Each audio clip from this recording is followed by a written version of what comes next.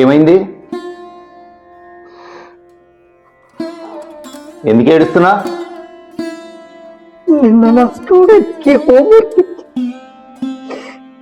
మీరేం కావాలి అనుకుంటున్నారు అనే అంశంపై ఏదైనా వ్యాసం రాసుకురమ్మని. అయితే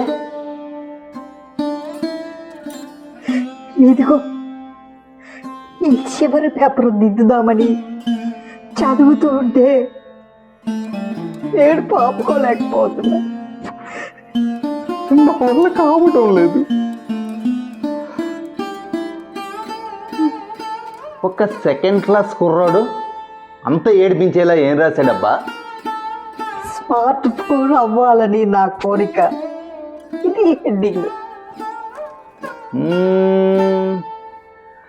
చదువు ఎగ్గొట్టి గేమ్స్ ఆడేయాలని అనుకుంటున్నాడేమో.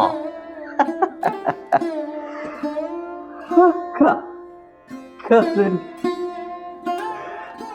అమ్మా నాన్నలు స్మార్ట్ ఫోన్లని చాలా ప్రేమిస్తున్నారు. మరేమో అమ్మా నాన్నలు స్మార్ట్ ఫోన్లని చాలా ప్రేమిస్తారు.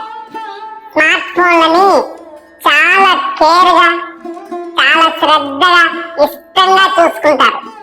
నాకన్నా ఎక్కువగా అలసటగా ఉన్న నాన్నకి ఫోను రిలాక్స్ ఇస్తుంది.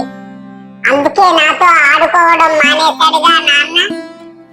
నేను నాన్నకి రిలాక్సేషన్ ఇవ్వలేకపోతున్నాను కదా. ఎంత బిజీగా ఉన్నా అమ్మా నాన్న ఫోన్ రింగ్ అయితే వెంటనే చేతిలోకి తీసేసుకుంటారు.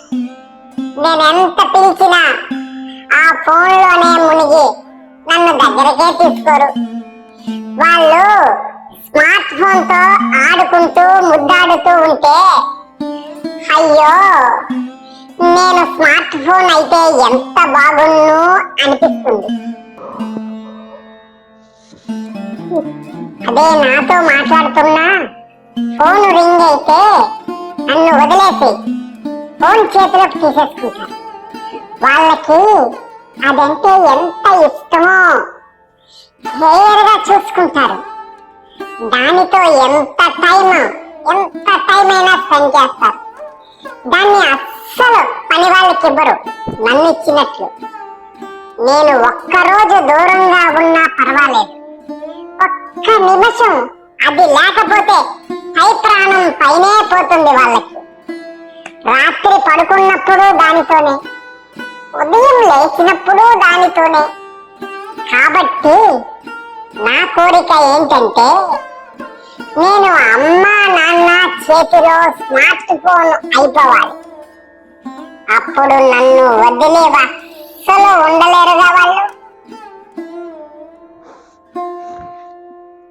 ఎవరు రాశారు ఇది? రాసింది మన అబ్బాయేనండి, మన అబ్బాయే.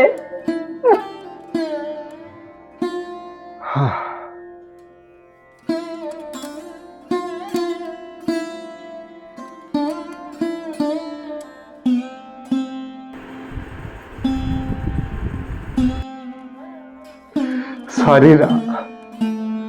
వస్తువులపై బంధాల్ని ఏర్పరచుకొని ప్రేమించడం మొదలు పెడితే మానవ సంబంధాలన్నీ వెనక్కి నెట్టివేయబడతాయి. కాబట్టి ఈ కథలోని తల్లిదండ్రులు మీరు అవ్వకండి.